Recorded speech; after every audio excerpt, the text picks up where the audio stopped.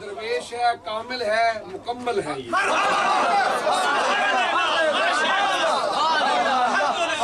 اس کے بعد D M پر programme تھا، مجھے ڈاکٹر لیاقت ملک نے کہا کہ پیر صاحب آ رہے ہیں تو آپ تشریف لائیں، پیر صاحب سے بیٹھ کر آپ پروگرام کریں۔ میں نیلسن جلسے میں تھا، میں چھوڑ کے آیا تو اس معصوم صاحبزادے کی مجھے زیارت ہوئی۔ اس کا بولا چہرہ دیکھ کر یہ بھی ایسا دل میں سمایا، حالانکہ میں روز پیرا میں رہنا وا، پیرا نے مڑے میں روز دیکھنا وا، اللہ جانتا خوشامد کرنے کی مجھے عادت نہیں ہے۔ یہ صاحبزادہ میرے دل میں بس گیا، میں نے کہا میں صرف آپ کو ملنے کے لیے آیا۔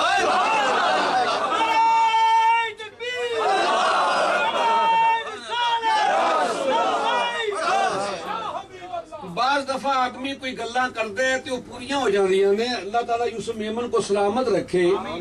میں نے بڑی بہاریں دیکھی ہیں وکٹوریہ مسجد میں، یہ جب تشریف لاتے تھے تو ایک نعت ہمیشہ ان سے میں پڑھواتا، یہ پڑھتے بھی تھے جس کے شعر حافظ صاحب نے پڑھ دیا، بیڑا غرق کر دیا میری آواز کا سارا۔ وہ شعر میں پڑھنے سے حافظ نے پہلا پڑھ رہا، یار نے میرا جو سمجھ گیا بھی نہیں پڑھنے نے۔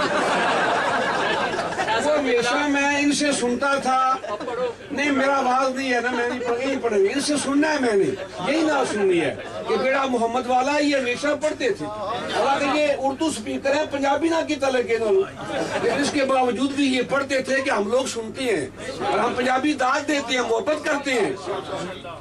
صاحبزادے کا میں نے جب کارڈ پہ نام پڑھا کہ سگے مدینہ پاک، میں نے کہا جنیا کتھے ہاتھ جا پائی کہ یہ سگ بننے کے لیے ایک میں نہیں کائنات کا ہر فرد یہ چاہتا ہے اس بارگاہ کا سگ بن جاؤں۔ اور نقشبندیوں کے تاجدار نے جب کوئی بات نہ بڑی تو کہا سکترا کاش جامی نامبودے، قیامت پر زبانت گاہے گاہے، کاش کسی مدینے کے کتے کا نام جامی ہوتا تو اپنے کتے کو جامی کہہ کے پکارتا میرا بارگاہ مصطفیٰ کا نام آتا۔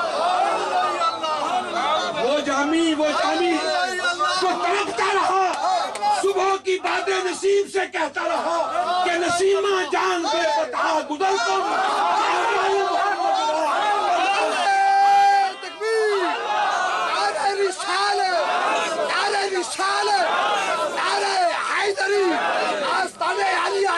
حضور قبلہ شاہ صاحب، حضور قبلہ عالم، حضور قبلہ شاہ صاحب، نقشبندیوں کے تاجدار، علماء کے سردار، عاشقوں کے تاجدار مکہ سے چلے مدینے کی طرف، خیال آیا جامی تیرے قدم اٹھتے ہیں، بارگاہ مصطفیٰ کی طرف جاتے ہیں، یہ بے ادبی ہے۔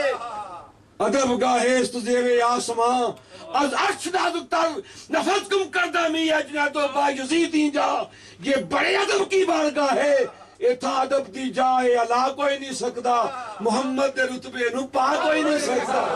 وہ کیا کہا بابا مولا یارم صاحب نے اتھا خود عبد سڑویں دے، وہ تھے کی بیان کریے انہوں، وہ نے اتھا خود عبد سڑویں دے، اتھا حق نال ملویں دے، دماغی کون چکر دیں دے، الٹی چال کیا پوچھ دے۔ بابا فرید کہتے ہیں عہد ہو کہ احمد سڈامن تو صدقے، تنڈے میم دے بل کے پامن تو صدقے، عہد ہو کہ احمد سڈامن تو صدقے، تنڈے میم دے بل کے پامن تو صدقے، شہر چا چڑی وچ فریدہ سڈائیو، تنڈے یہ دے بل کے پامن تو صدقے۔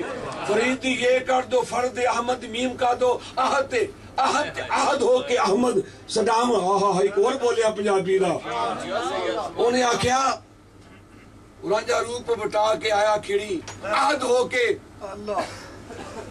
رانجا روپ بٹا کے آیا کھڑی، بینا ہیر دے کسے نے جانیا ہی نہیں۔ اس نے پہلے شعر اگر لا دے تو پھر تمہاری شاعری ہے جی۔ تو جامی عاشقوں کے تاجدار جامی، عاشقوں کے سالار جامی، علماء کے تاجور جامی، ادب کے بادشاہ جامی، مکہ سے چلے، خیال آئے تیرے قدم اٹھتے ہیں، یہ بارگاہ رسالت کی بے ادبی ہے، گھٹنوں کے پاس چلنا شروع کر دیا۔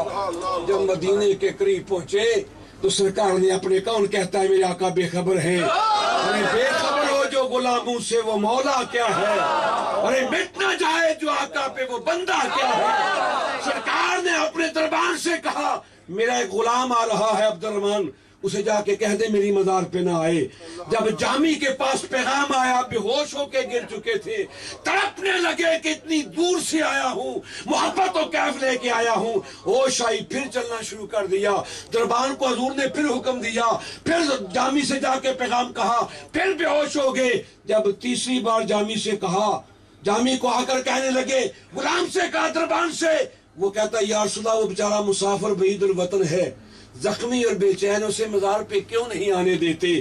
فرمایا جس کفیت سے آ رہا ہے، اگر جامی اسی طرح آ گیا تو مجھے مزار سے نکل کے جامی مدینے نہ آئے تو تڑپتے رہے کئی سال تڑپتے رہے۔ صبح کی باد نسیم سے کہتے رہے، نسیمہ جان بے بتہا گزر کن، زحوال محمد را خبر کن۔ اے صبح کی باد نسیم، جب بارگاہ رسالت میں جائے تو میرا بھی سلام پیش کرنا۔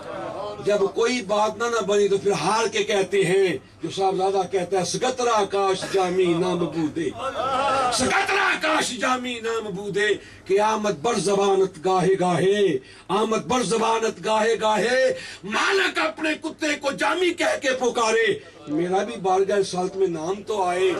ارے کس نے کہا ہے یہ لفظ؟ اعلیٰ حضرت کہتے ہیں کوئی کیا پوچھے تیری بات رضا، کوئی کیا پوچھے تیری بات رضا، تجھ سے کتے ہزار پھرتے ہیں۔ یہ ایسی بارگاہ ہے، ہر کوئی تڑپتا ہے، جو جاتا ہے وہ بھی تڑپتا ہے، جو نہیں جا سکتا وہ بھی تڑپتا ہے۔ اور وہاں جانے والا کتنی محبت والا، آدم کا شعر مجھے یاد آتا ہے، یاد آتی ہے مجھے اہل مدینہ کی یہ بات، زندہ رہنا ہے تو انسان مدینے میں رہے، زندہ رہنا ہے تو انسان مدینے میں رہے، اور بجھ کا تاکار سا انسان مدینے میں رہے، پھر بن کے سرکار کا مہمان مدینے میں رہے۔ ہم جیسے گناہگار سرکار کی بارگاہ میں، تو صاحبزادے نے جو اپنے ساتھ لکھا ہے نا، میں یہ سمجھتا ہوں، جو آخری بات کرتا ہوں تو میں ختم کرتا ہوں۔ میں نے حضور رات آپ سے وعدہ کیا تھا کہ میں آؤں گا، تھکاوٹ اتنی تھی کہ میں دل میں یہ ارادہ کر لیا کہ اب مدد کر لوں گا۔ قاری صاحب سے میں نے کہا کہ بھائی جان کو آپ لے جائیں، لیکن صبح کی نماز کے بعد میری عادت ہے سونے کی۔ میرے شیخ حضور قبلہ جوہر ملت جو پیر صاحب قبلہ کے والد صاحب ہیں، وہ میرے شیخ بڑی دیر کے بعد مجھے ان کی زیارت ہوئی، اور ثانی صاحب قبلہ کے جو سجادہ نشین جو عروج پر رہے ہیں وہ پیر علی حسین صاحب ہیں رحمت اللہ علیہ، علی پرشی والے ثانی صاحب کے جو سجادہ نشین جو عروج پر، جن پر علماء فدا تھے، بڑا عروج تھا، پہلی مرتبہ مجھے ان کی خواب میں زیارت ہوئی ہے۔ اسی طرح محفل لگی ہوئی ہے، اس میں آپ، میں یہ نہیں کہتا کہ آپ ہیں، لیکن محفل ہے اسی طرح بالکل سجی ہے۔ ادھر میں بیٹھا ہوا ہوں، وہ مجھے کسی نے کہا کہ پیر علی حسین صاحب تشریف لا رہے ہیں، تو میں وہاں رہ کے بھی بہت کم ملتا تھا ان کو، تشریف لائے، ادھر آ کر وہ بیٹھ گئے، وہاں میں اٹھ کے ادھر آیا تو میں نے کہا حضور آپ وہاں تشریف لائے۔ میں نے پھر آپ کو دیکھا کہ آپ نے ان کے نیچے مصلی بچھایا، تھلے نیچے مصلی نہیں تھا۔ اگلی گل جڑی یہ ہوئی ہے کہ چٹی چادر میرے اتنے سی، ادھر پیر فیاض صاحب بھی کو تعبیر دس سکتے ہیں بھی وہ کی رولا سی، کیونکہ انہوں نے کہا چٹی چادر لا سر کڑیے پین فقیران دی لوئی ہو، یہی کر سکتے ہیں۔ وہ چادر میں نے چٹی اوپر لی تھی، اس کے اوپر سالن لگا ہوا تھا، وہ میں نے اتار کے رکھ دی ہے۔ وہ دے بعد آنکھ کھل گئی تو میں نے کہا یہ دو بزرگوں کا آنا اس بات کی دلیل ہے کہ میرے امیر ملت مجھ پہ کرمکاری رہے ہیں، وہ مجھ نکمے کو بادشاہی دے ہی دیا انہوں نے، میں گلیاں دا روڑا کوڑا محل چڑھایا سائیاں، ہم ذرات آفتاب بنا دیا انہوں نے۔ اب خواجہ عبدالکریم صاحب کی بارگاہ سے فیضان ملنے والا ہے۔ یہ دو بزرگوں کا آنا اور خواب میں ملنا، اور دونوں بزرگوں کا اپنی زندگی میں آپ ملاپ نہیں تھا، آپس میں کوئی آنا جانا بھی نہیں تھا۔ میں یہ سمجھا کہ میں خواجہ عبدالکریم کی بارگاہ سے مجھے کوئی خیرات ملنے والی ہے، اس لیے میں نے ضرور جانا ہے۔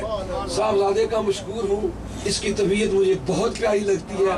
اللہ آپ کو بھی سلامت رکھے، اللہ کریم ان کو بھی سلامت رکھے۔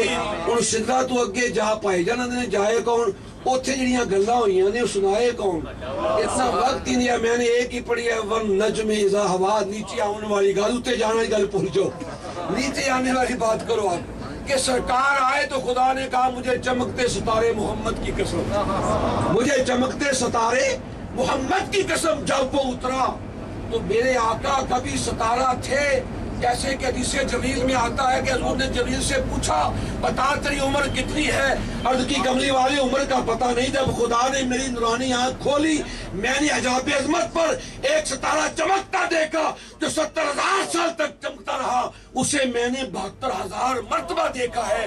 فرمایا ستارے کو جانتا ہے؟